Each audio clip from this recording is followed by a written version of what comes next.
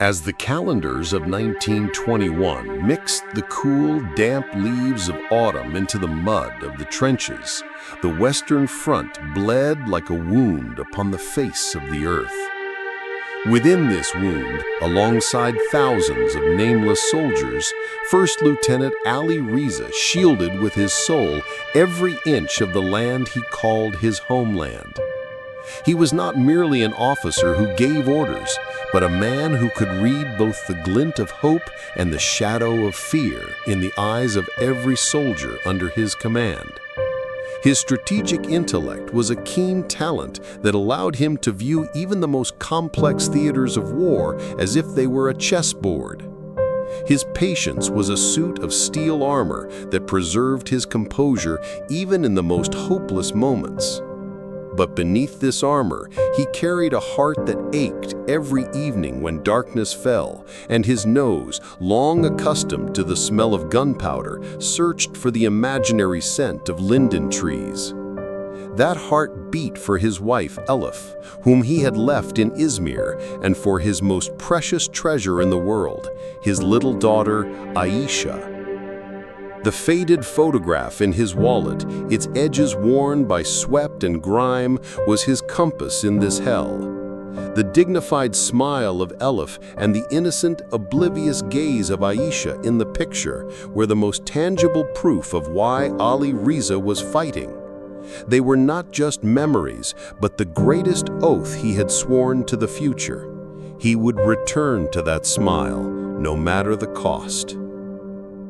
That fateful day began like any other. A fog that seeped in with the dawn had covered the landscape in a ghostly shroud. Ali Rıza was advancing with a small reconnaissance unit under his command to confirm a weak point in the enemy line. The silence was foreboding, a silence where not even the birds sang, where the only sounds were the squelch of their boots in the mud and their own breathing. Trying to suppress the bad feeling that his experience whispered to him, Ali Rıza signaled for his men to advance. As they entered a small grove of olive trees, hell suddenly broke loose upon them. The deadly chatter of machine guns cut through the fog like a scythe. It was a rain of bullets whose source they couldn't pinpoint. When Ali Rıza threw himself to the ground and yelled, "Take cover!" he felt how his voice hung meaninglessly in the air. The firefight was over almost as soon as it began. A moment later, as he opened his eyes to a ringing in his ears and the sharp smell of cordite, he saw the boots standing around him and the bayonets pointed at him. His transformation from a proud, upright officer to a prisoner with his head bowed and his weapon taken took only seconds. The shame he felt in that moment was deeper than any bullet wound he could have received. The prisoner of war camp was a quagmire where human dignity was systematically erased. In this place, nameless and unmapped, time flowed not according to days or hours, but to the intensity of hunger and the dosage of despair. For the first few weeks, Ali Rıza resisted this collapse. Every morning, he drilled in his mind, reconstructing all the military strategies he knew from scratch. But hunger and disease slowly eroded even the most resilient will. The only thing that kept him going was secretly taking out his wallet under his blanket every night after everyone was asleep and looking at that faded photograph. The faces of Elif and Aisha were his only clean sanctuary in the middle of this sea of mud. The lines from Elif's last letter repeated in his mind like a prayer. "My Ali, Aisha asks every night, when is Daddy coming home? I tell her, the greatest hero will be back soon. Please take care of yourself and come back quickly." "I will return," he whispered into the darkness one night. "I swear to you, I will return." This was not a hope, but a decision. From that moment on, Ali Rıza's gaze changed. He no longer stared blankly at the horizon. He began to study the camp with the patience of a hunter. He counted the steps of the guards, memorized the hours when they were most careless. He etched a map into his mind, the intervals at which the tower's searchlight swept across the camp, the location of the weakest link in the fence that rattled most in the wind, the fact that even the dogs didn't leave their kennels on stormy nights. Escape was no longer a dream, but a military operation with every detail calculated. He would have only one chance, and he would wait for the right moment. That moment came weeks later, on a night when crashing thunder and torrential rain drowned out every sound. As the roar of thunder swallowed the groan of the barbed wire he was cutting with a rusty piece of tin, his heart beat like a war drum in his ears. Slithering like a snake through the mud, he finally broke free from the suffocating atmosphere of the camp with a final effort. The barbed wire had torn his back and his hands were bleeding, but he didn't care. When he took his first breath of freedom, he felt the air filling his lungs smelled not of iron and mud, but of wet earth and pine. It was the first step back to life, but the gate of the hell he left behind had closed, and before him, the gate to a much larger, unknown hell had opened. He was alone in enemy territory. He wore the rags of the prison camp. His stomach carried the hunger of weeks, and his soul a profound exhaustion. But the compass in his mind, the photograph of his family, pointed him north. He had to reach the Turkish lines. By day, he hid in the thickest bushes and rock crevices. By night, he moved like a ghost. He had two fundamental rules for survival: do not be seen and do not be heard. He was relearning the language of the forest. He knew which leaf rustled the most, which branch would snap under a man's weight. The bitter taste of the wild plants he ate, the muddy water he drank, they tethered him to life. It was the third night of his escape. A cold rain had started again, and Ali Rıza, soaked to the bone, was trembling from exhaustion. In the distance, among the trees, he saw what looked like an abandoned hunter's cabin. A moment's shelter, a single moment of dryness was worth any risk. He approached silently, eased the door open, and slipped inside. The interior was not pitch black. In the corner, a small fire was burning down to its last embers. And sitting before that fire, his back to the door, was a dark figure. Ali Rıza froze. His heart was about to leap out of his chest. The figure was a Greek soldier. He probably left his patrol to take shelter from the rain. He was just a boy, perhaps 18 or 19 years old. His rifle was beside him, leaning against the wall. His head had slumped forward with fatigue, and he had fallen asleep. In that instant, two voices began speaking in Ali Rıza's mind at once. One was the voice of the commander, forged by years of experience. This is a threat. Eliminate him. If you do it quietly, no one will ever know. If he wakes up, if he sounds the alarm, it's all over. This is a risk, and in war, risks must be eliminated. The other was the voice of the father, who told stories to his daughter in his home in Izmir. Look at him. He's just a boy, a scared, tired boy who misses his mother, just like the soldiers under your command, just like you. You are not a murderer. Your war is in the trenches, in your uniform. This would be a killing. Ali Riza's hand went to a smooth, heavy stone he had picked up from the ground, a perfect fit for his palm. His fingers gripped the stone so tightly that his knuckles turned white. A few steps, and it would all be over in seconds.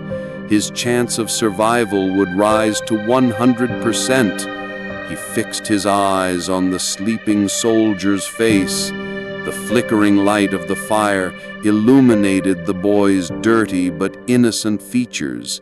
His lips were slightly parted, as if murmuring something in his sleep. Perhaps he was saying his mother's name. The face of Aisha flashed before his eyes. If he brought this stone down, how could he ever look into Aisha's face again? How could he tell her that her hero father had killed an unarmed boy in his sleep? Was victory just about defeating the enemy, or was it about managing not to become like him? Holding his breath, he slowly placed the stone back on the ground. The tiny sound it made echoed in his ears like a clap of thunder. The soldier did not stir. Like a shadow, Ali Rıza retreated to the darkest, dampest corner of the hut and sank into it. Time stood still. Every breath, every muscle twitch felt like a betrayal. Minutes passed like hours. As dawn broke, the young soldier stretched and woke up. He glanced around for a moment, stirred the ashes of the fire, picked up his rifle, and, oblivious to anything, walked out of the cabin. For a long time after he left, Ali Rıza could not move. He had escaped not just a physical threat, but a far greater danger that could have captured his soul. That night, Ali Rıza had fought the monster within himself and had won.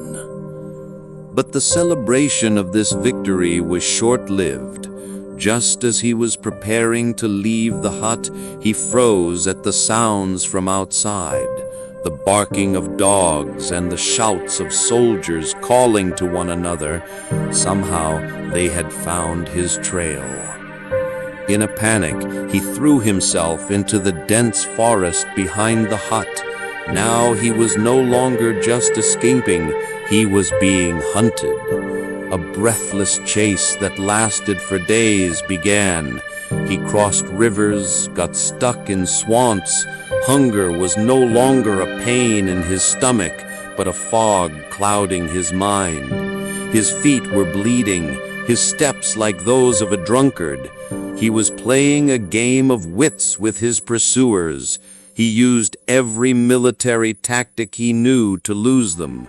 He let the river's current carry him for miles before coming ashore. He tried to leave no footprints on rocky terrain.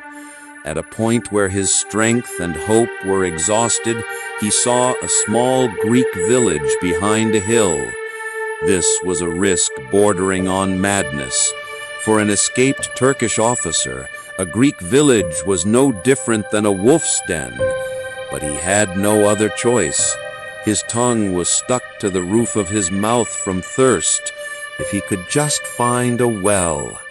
He crawled like a cat towards a fountain behind a stone house on the edge of the village, where a few chickens were pecking at the ground.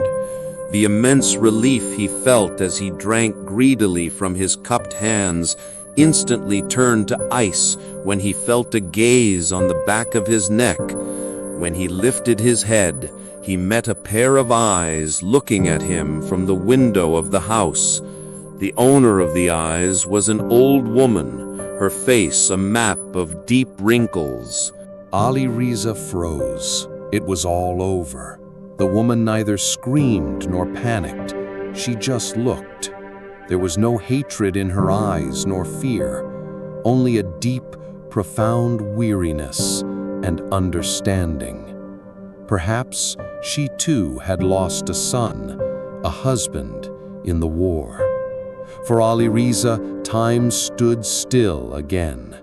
His entire escape plan, all his dreams, rested on the words this old woman might speak. Without taking her eyes off him, the woman slowly pulled back from the window. Ali Rıza lived the longest seconds of his life. Now the door would open, and villagers would emerge, armed with rifles, pitchforks, whatever they could find. But when the door opened, only the old woman appeared on the threshold. In her hand, wrapped in a cloth, she held half a loaf of bread and a small piece of cheese. She approached him with slow steps, placed the food in front of him, and without uttering a single word, pointed with her hand towards the smoky, high mountains in the distance. Beyond those mountains were the Turkish lines. Ali Rıza, unable to believe his eyes, looked first at the bread, then at the woman's face. He wanted to thank her, but a lump had formed in his throat. He could only bow his head in a gesture of respect.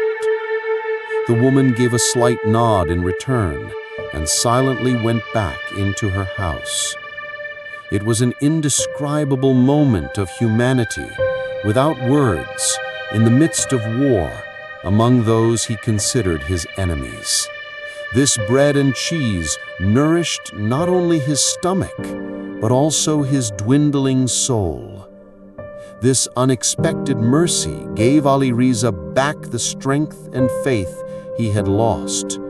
He walked for days in the direction the woman had pointed, with renewed determination. He could now smell his own land. The geography had changed. The vegetation looked familiar. Only one last obstacle remained before him: a great hill. He was sure that once he crossed that hill, he would see the trenches. He would hear the voices of soldiers speaking his own language. With his last ounce of strength, he climbed the hill.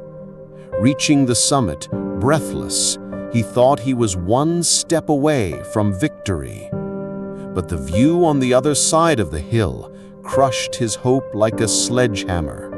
Before him, snaking across the entire valley, was not a Turkish trench, but a Greek patrol line, with sentries posted at regular intervals. Without realizing it, he had walked not towards a front line, but right into a middle of a trap. He couldn't go back. His pursuers must be closing in. He couldn't go forward. He was an open target. Despair gripped his throat like an iron hand. Was all this effort, all this pain, just to end here?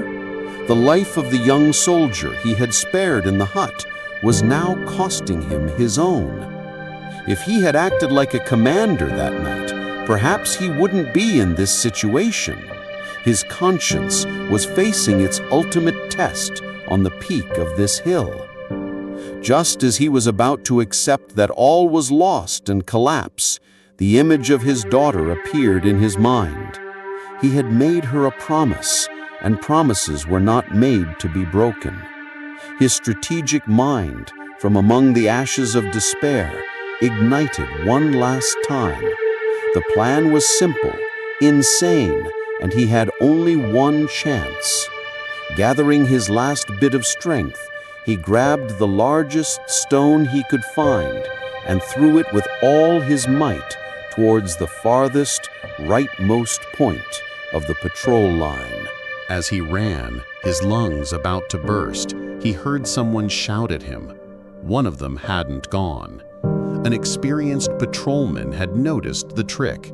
When Ali Rıza realized he couldn't outrun him, he stopped and turned around. An older, weary-faced Greek soldier stood directly in front of him, his rifle aimed at him. There were only 50 meters between them.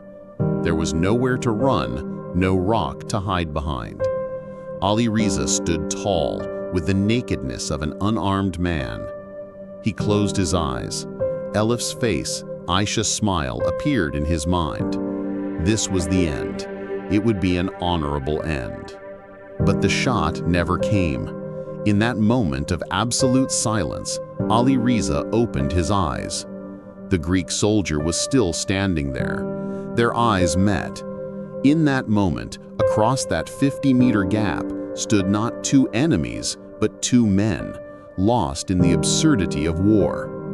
In Ali Rıza's eyes, there was no hatred or defiance, only the plea of a man who wanted to go home. The Greek soldier, perhaps he saw that plea, perhaps he saw his own weariness, his own longing reflected in the other's eyes. Or perhaps, just for that moment, for that 1 second, he was tired of fighting. In that inexplicable moment of grace, the Greek soldier slowly, almost imperceptibly, lowered the barrel of his rifle and gave a nearly invisible nod. Go. Ali Rıza hesitated for a second, then, without questioning this unbelievable gift, he turned and ran. He ran without looking back, without pausing, just ran, until he felt the ground under his feet change, until his boots hit the familiar muddy planks of a trench. As he collapsed among his own soldiers, who were shouting in surprise and joy, the last thing he heard before losing consciousness was the warm timbre of his long-missed mother tongue. He had made it. Weeks later, when he came to in a clean-sheeted bed in a field hospital, he found a new letter at his bedside. It was from Elif. With trembling hands, he opened it. The lines were stained with tears, but this time they were tears of reunion, not of sorrow. He took the faded photograph from the wallet next to the letter. He gazed for a long time at the smiling faces of his wife and daughter. First Lieutenant Ali Rıza had not just crossed an enemy line that day. He had also crossed an invisible border where it was possible to remain human, where the soul was bartered against survival. Months later, after the war was over, when he knocked on the door of his house in Izmir, and his daughter Aisha threw herself into his arms, shouting, "Daddy," he understood how right every single difficult decision he made on that long, dark journey had been. He had won 2 great wars, one on the front lines for his country, the other in a dark hut and on a lonely peak to keep from losing his soul. And the second was without a doubt the harder victory.